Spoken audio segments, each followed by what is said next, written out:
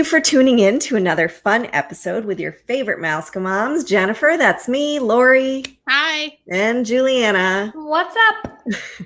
If you've been anywhere on social media lately, especially on the Disney fan pages, you've likely noticed people posting tons and tons of their trip pics, showing off insanely low crowds, 0 wait times for attractions, and even midday surprise pop-up boarding groups for Rise of the Resistance. Yes, this is the slow season in Disney, and today we are going to break down exactly what that means, tell you exactly what it means for your next Disney adventure, and maybe we can plan a low season travel trip for you. But first, as always, we need our Mouska cocktail. So Juliana, take it away.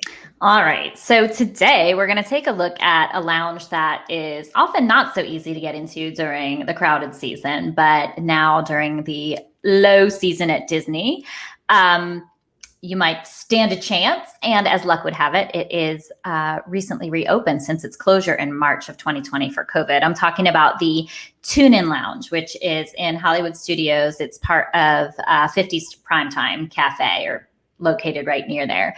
I love 50's Primetime. I think it's awesome. It's got this vibe that you've walked into a mid-century home, just a standard mid-century home. And with that, you get to drink one of Dad's drinks, which is Dad's Electric Lemonade. It's vodka, blue curacao, sweet and sour, Sprite, and most importantly, the souvenir glowing ice cube. Yeah. So, and if you... What more could you want? Right? And if you have children, you'll need to pay for an extra one because they're going to fight over it if you have more than one kid, right? I want the ice cube. Yes, it's very cute. It's very cute. I love this lounge. Yeah, it's a super fun place, and I love the idea of, you can order food at the bar. So if you can get in, if you can't get an advanced dining reservation for 50's Primetime, this is an option, especially on an adult trip. It's just a lot easier. And I'm sure more of our listeners have been in here by default than not, without even realizing, because they have a whole like their waiting area. When you're waiting for your table, you're waiting to be seated at 50's Primetime. They have that whole area that's like mid-century modern living room, where you can sit on the kids can sit on the floor and watch Howdy Doody or whatever. Yeah, the whole idea is that you're in Dad's living room and Mom's kitchen. Really cute. I love it. I love it. So go check it out. All right, Lori. All right, let's do it. Take it away. All right. So we are going to be talking today about low seasons and off-season time to go, and all the perks that comes along with it. I think starting off first before we go into the dates, basically the dates we're going to go into when we're talking off season, it's usually having to do around a school schedule. Absolutely. So if you're able to take your children out of school, or if you don't have children, then you take advantage of these dates when kids are in school. And parents don't want to take them out. I know, having younger children, I don't really care about taking them out for a couple of days or a week. I'm like, what are you going to miss in kindergarten? You'll be okay. Yeah, you're diving right into the controversy here. I agree with you, though. Like you said, before we start talking about the dates, know that school schedules are important. But I feel like middle school might be the time where it starts to get really hard for them to catch up, depending, if they miss a lot of school. I'm still pulling my kids out for 2 days next month to go to Disney. I was going to say, I'm kind of at the point now, and maybe because of COVID, where my school doesn't really care if they're going in. Wow. Letters aren't going out. So I'm like, we're all travel people, right? Like, we find the experience to be worth it and all that stuff. But I mean, for a couple of, like I said, I don't think in 6th and 8th grade, I would be taking my kids out for a whole week, but 2 days, I'm going to do it. They're going to have Friday and Monday in October. We'll see how it goes. But anyway. Yes. And I did that a lot more when my kids were younger. Now there's no way. It's too much. As soon as they get older, you can't. So for the people that don't have the older kids, or you're playing around with the idea, we're going to go through a lot of these perks on why, it might be worth it to take your young aged elementary school, or if you have no kids, why you need to head down at this time. If you got no kids, go. It's also a good argument for going with younger kids. A lot of Yes. people are concerned that their kids are too young, but no, you can, because you get to take them. It's cheaper in the low season and no crowds. I guess we should let's talk about that. What are the perks of going when it's not so crowded? Oh, and may I say, please, that low season is super relative, right? Like, I think for a few years building up to COVID, low season was not as not crowded as it has been in the years past. But this year it seems especially low. I expect normal predictions I feel like it was a reset, and that next year we'll see the same kinds of low seasons that we've seen in the past that I love. Okay. Sorry. What do you get with a low season at Disney? Okay. Do we want to go through the pros and cons first, or do we want to go through what the dates are? All right. Let's start with the pros and cons. All right. So I think we should start with pros always. Are there cons? Yes, there are. Yes, there are cons. Okay. Pros. Okay. So low pros, crowds. Obviously low crowds. Do you enjoy being in Magic Kingdom where you can't move, or do you enjoy being in Magic Kingdom where you could walk around and there's not a whole ton of people smashing into you? So that is a huge pro. Another big one I think are cheaper flights, which if you have seen the flights lately, they are cheap. No, it's been insane. Yeah. Apparently, unless you're coming from Charlotte, but that's a whole separate story. Yes. From big airports right now, they are cheap. Cheaper. I mean, the flights get cheaper when you're not over a holiday, when you're not over big break times, people aren't traveling, so the flights get lower. So that's a huge, huge pro, especially when traveling with a larger family, because, 5 flights add up quick. Exactly. And I think just because we are talking about low crowds, that doesn't mean that there is not as much to do, because in the majority of these low crowd times of year, there are still parties or festivals going on that you can enjoy. So the pro of going during a low crowd season or month when there's still a festival going on is that also, in general, you're having low crowds, but then to enjoy these festivals and parties with lower crowds is an even bigger bonus. So like Boo Bash is, they have dates all this month, and September is a very low crowd time of year to go. So being able to get your tickets, first of all, for the event is a huge pro, and it's very likely that you're not going to be closed out of any dates during these low seasons. And then festivals, we have food and wine going on right now. So you're going to see lower crowds at the food booths, and you're still going to have lower crowds for the rides. So you can do it all. You don't have to choose, the food booths over the attractions. You can do it all. So here we are mid-September seeing super low crowds right now, which is why we decided to do this episode. But at other times of year when historically low crowds are going on, Disney does bring things in to bring more people into the parks. So yeah, there's always something to do. Flower and Gardens in the spring starts in February, right? Usually. Which I think was a big catalyst for, you mentioned at the start of the podcast how low crowds is a relative term. And pre-COVID, years and years ago, September was always like this. Yeah. And then Disney recognized that, and they're like, we need to do something to beef up sales and get more people into the parks. And lo and behold, here's food and wine. Right. And here's, Mickey's Not So Scary Halloween Party. And that did the trick, which is why September is still low crowd, but it's all relative. So, right. But this year's been insane. Yes. Yeah. And I would say, us being travel agents, people asking general questions for us for Disney too. The first question out of everyone's mouth is, how do I save on a Disney trip? How do I get discounts? How do I do this? And a lot of the pros that we've been talking into, it's saving you money. It is. So it's what the first question anybody asks is how to save money. And the first response back is you need to go during a low time. You need to go during the off season. Well, here's why. Yeah. Tickets are date-based. Yep. Pricing for ticket is date-based. It directly correlates to how many people they expect at the park those days. And pricing also for those parties. So Mickey's Not So Scary and Boo Bash, that's special also events. date-based. Everything is flexible. Hotel rooms rack rates change based on dates. You can see them change from days of the week. Rack rates change, but also you're more likely to see discounts on as times get closer to when people are traveling, then you see discounts released for dates in the fall that are historically low, dates in the spring that are historically low. Yeah, like Jen said, I mean, Disney's trying to figure out this is their low time. So how do they bring people in? They're going to throw a discount out. They're going to put discounts on rooms. They're going to put discounts on packages.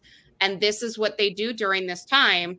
Packages don't come out till 3 or 4 months ahead of time, but that's because they look at their numbers and see how low it is right now. Right. Oftentimes you don't know when you book a package 9 months in advance, 6 months in advance, that there's going to be a discount, but you sure do increase your chances of one being released that a travel agent can apply to your trip if you book during historically low times.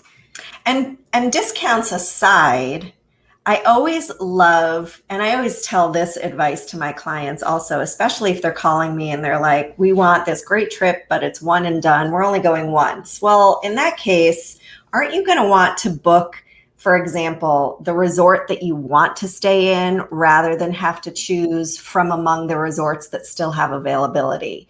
So by booking a vacation in a lower season, you are greatly increasing the odds that you can stay wherever you want because there's going to be availability everywhere. So if you've always wanted to stay at the Polynesian, but you want to go during Christmas week, man, you better book that vacation the day it comes out and still hold your breath and make sure that you're able to get it and then pay through the nose to stay there.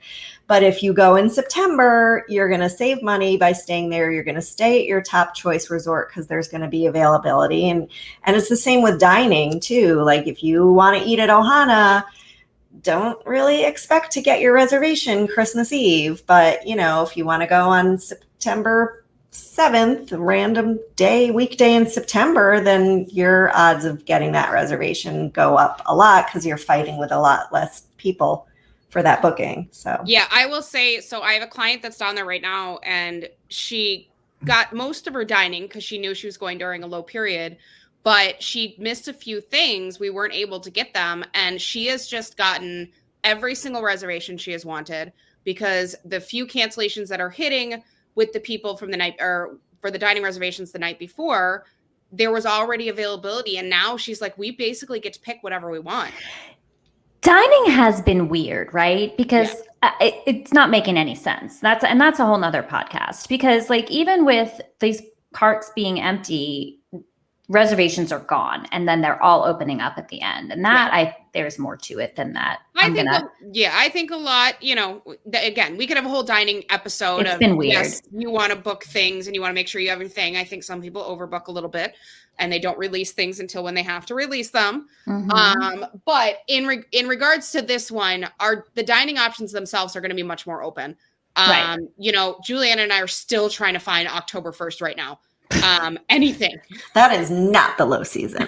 It is going to be, mark my words, October 1st Christmas is going to be the busiest day at Walt Disney World this year for sure. I'm sure our listeners already know that's the date of the 50th anniversary. Yeah, COVID aside, it's going to be huge. But. So we talked about all the pros, and I'm dying to get into the calendar because I know everybody wants to know when. We keep saying September. We've got lots of tips for when we think are the best times to go. And of course, our experiences going during low season that have been phenomenal. But why wouldn't you want to go during low season? So I think one of the biggest, depending on where you're from, which one would be your biggest con? But to me, the biggest one is this is their slow period. Therefore, they choose this time to do a lot of ride refurbs. A lot of rides go down. They want to refurb them during the low season. You might have a few restaurants that may be down outside of COVID because they were looking to refurb them little bit. This is when they tend to just throw on all the refurbs. And again, we're talking like a non-COVID time where things are just kind of opening up now, everything. But that to me, that's the biggest con. Because you will ruin my vacation if Splash Mountain is closed. Which they do tend to do like every January. Yeah. Every January. There are trends. Splash Mountain's one that needs constant refresh because the water, I would assume. And so that one always goes down in January, February. The other thing is the weather, right? Like if you want to be guaranteed that you can use the pools or the water parks, you can't go in February. February is pretty slow. You can't do that. Even early March, you don't know what it's going to be like in Florida. So there's weather.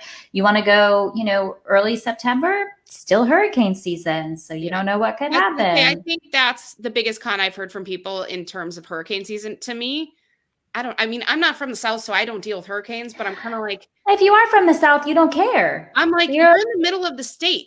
Yeah, and like, how many times has Disney? If I'm going to be riding out a hurricane, I want to do it at Disney World, right?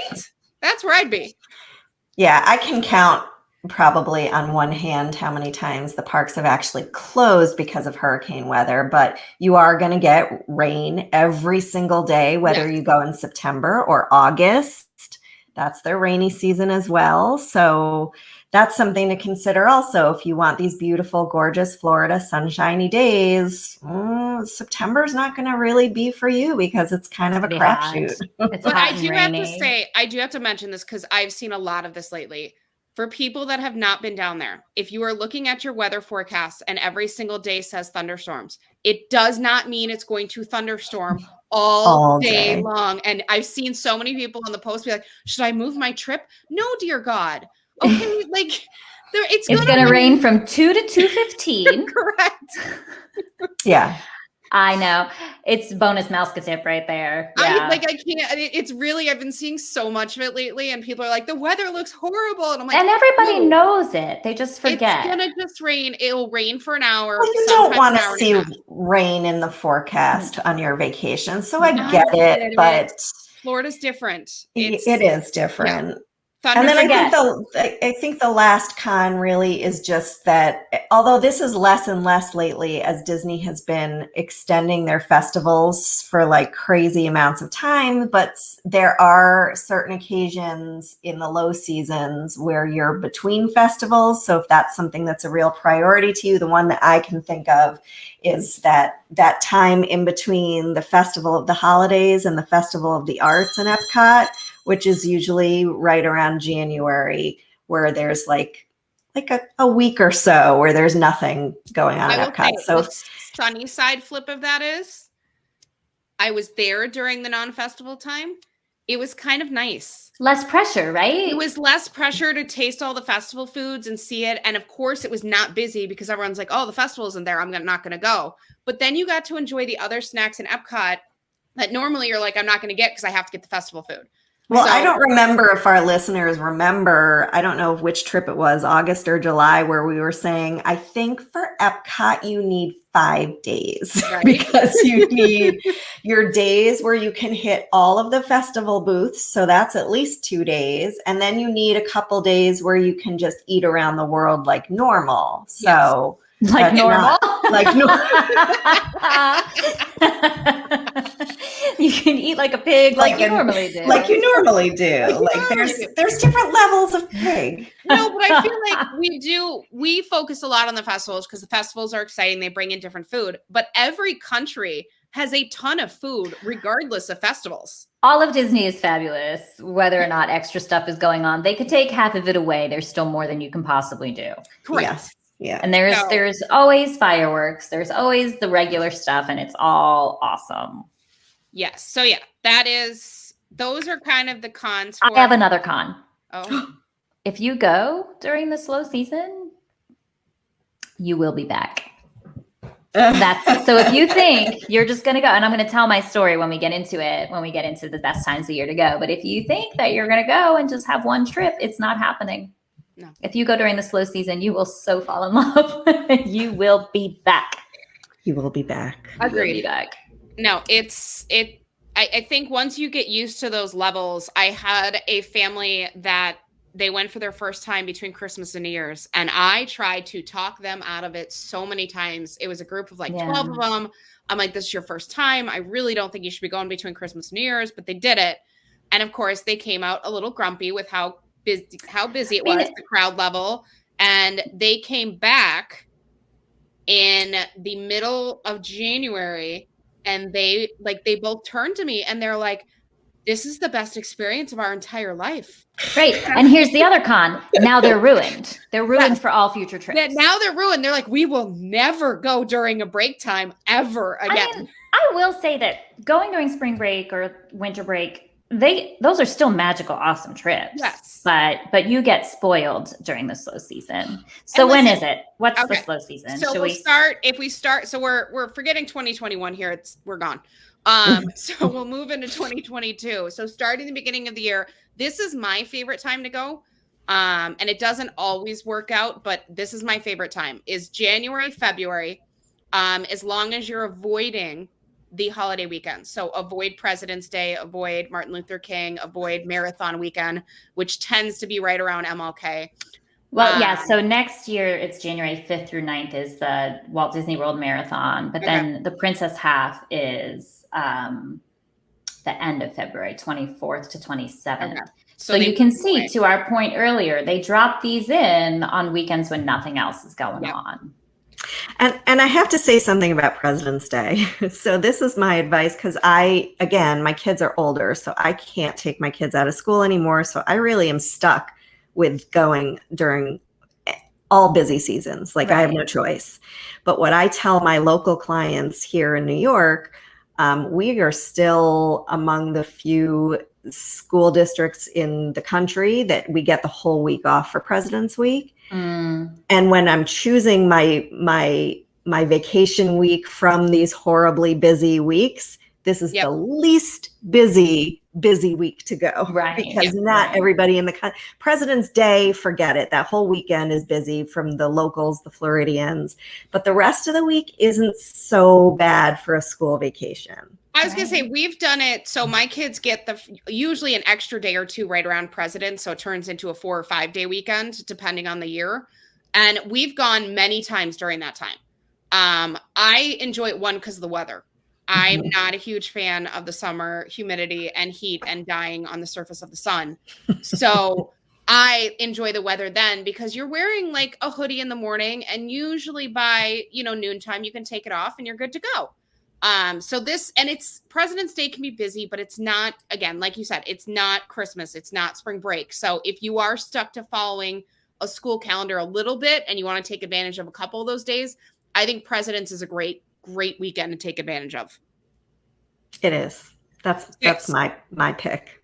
So yeah, January, February, another great time is if we go into March. I think the beginning of March, right before that spring break, you're not going to have a whole lot of people that travel before spring break, because they're going to be saving their travel for spring break. Right. There's a couple of things to consider. So like next year, Easter is not until the middle of April. So there are a lot of schools that do their spring breaks around Easter. And then there are others that do their spring breaks early March, even late February. The other thing I think we forgot to mention about January, February is that a lot of times in normal times, this is when cheer and dance competitions take place at Disney World. There are none that I know of on the books for 2022. No.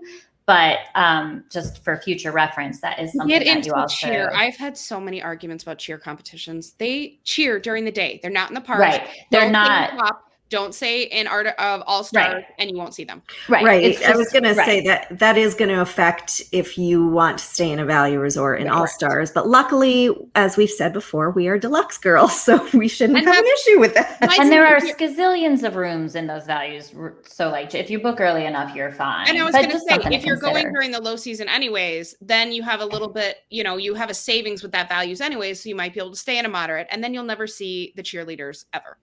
What's wrong with cheerleaders? Nothing.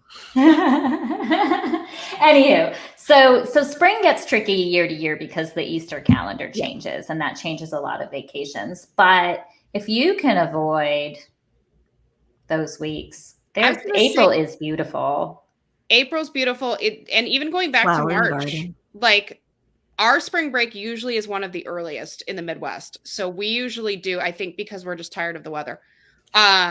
But we are usually every single year at the end of March. So 22nd, 23rd of next year. So it's that first week or two in March that you're not going to really hit spring break. No. So people tend to we're one of the earliest weeks. And then you have the East Coast coming in, and then the Southern states coming in, and everything else. So spring breaks though, like spring breaks are just busy. I mean, it's not Christmas busy, but and it's not 4th of July busy, but it's darn close. And I've been down there spring breaks that were around Easter and spring breaks that weren't. And for my experience, the one that wasn't around Easter was more crowded than the one that was. I weirdly. Hope so. But these were both April. Yeah. We did Easter break this past year, and it was a little bit insane, even though it was during COVID. And then we're going next year also for spring break is Easter really week. It's really, really busy. Spring break, Easter week is really busy. But I think 4th of July and Christmas are worse, personally. I will say, But so we have this list going, and the one we don't have on here, which I've done in the past, is the last week in May. Before Memorial Day weekend. Before Memorial Day weekend. Just going to say that. I love that one. We tend to get out a little bit earlier for our school schedule. And I've had a bunch of people that book and they're like, they'll miss the last 2 days of school. Not a big deal. Right. This one used to be great for us because our preschools would get out the week before, 2 weeks before Memorial Day. So I was going to say preschool age, it's wonderful because you're sitting here going, all right, like with me, I have preschool and elementary. And I go, what do I do with preschool for 2 weeks? Well, the other ones are still in elementary. So this is a great time. I think end of May, the weather's beautiful. You're not in super hot season quite yet. Because there is no date on our list that involves the summer. Summer is busy, despite the raging heat. Like summer is summer, it's busy. Gets worse in July, lighter again at the end of August. It depends on your definition of summer because, as you know, my kids just started back to school last week. Yes. So I just ended my summer, and the last 2 weeks in August are fantastic for people in my area because all you fools are already back to school. And as we talked about when we were talking about September travel, we're not planning vacations in the beginning of the school year because they just started. Like you can't have them go to the first day of school and then pull them out, or maybe we can. I can. It's my favorite. But the end of August is like money for people around, which is what we've been also seeing on these Facebook fan pages for Disney, these low crowds because well, we were there early August. There was nobody there. And I think it's because a lot of Florida schools go back early August. The Southern schools go back early August. And so it's really just people coming from out of state, I feel like, that are taking advantage of it. The problem is it's hot as Hades. But you just touched on September. And this is my absolute all-time favorite time to go. And that is precisely because everybody's gone back to school. So you've got like August gets slower and slower. Early September is going to pick up because of Labor Day. And then after Labor Day, everyone has started school. My kids at that point have been in almost a month, maybe 3 weeks. Let's go. Let's go. If you're still in elementary school, this is perfect. So now I'm going to weave in my story. I've told you guys this before. My husband and I grew up in Florida for part of our childhoods. We went all the time to Disney. I couldn't wait to take my kids soup to nuts, whatever. I was given carte blanche for one trip. And we went in September and I wanted to do everything. And we did everything. My kids were chosen for Enchanted Tales with Belle. They were chosen for the Festival of the Lion King. The only thing they didn't get to do that was special, Crush talk to them at Turtle Talk.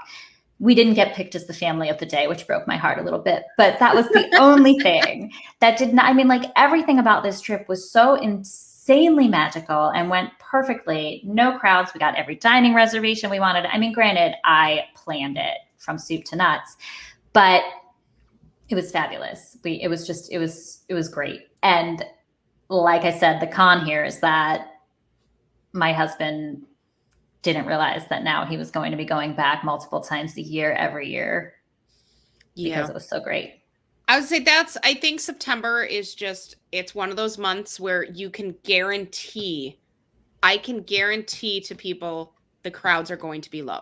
The only one. Yeah. I really feel like it's the only one that you can guarantee it. Things can happen the other months, but I can guarantee that September is a low month. And again, when people are looking at this, especially I think COVID kind of warped people's frame of minds too. If you were there during when the occupancy had to be lowered due to COVID protocols, they're like, well, this isn't that slow. And I'm like, but you got to look at it as now we're back to pretty much normal occupancies. And this is slow. This is slow. If you have seen the wait times on the apps, it is like max at 3:00, 25 minutes. It's crazy. Well, people truly do not like to take their children out of school in the first month because everyone's getting their routines down and whatever. But sometimes that can be sports. You got other things. Yeah, you got to get it. You got to get the routine down. To your point, my kids went back August 19th. Right. So, so in September, I'm like, you've been in 5 weeks. Good enough. Right? Yeah, my kids have almost been in a month by now. It's a I great was gonna time to say, for go. some people, Well, you've already and been I- quarantined for 10 days. I and mean, I you've already approach lost that it- 10. Just go. I approach it differently because my kids, like I said, they don't start until after Labor Day. So for me, pulling my kids out of school after they've only been for a couple days has never been an option. Yeah. However, it is my most favorite time of year to go on a girls' trip.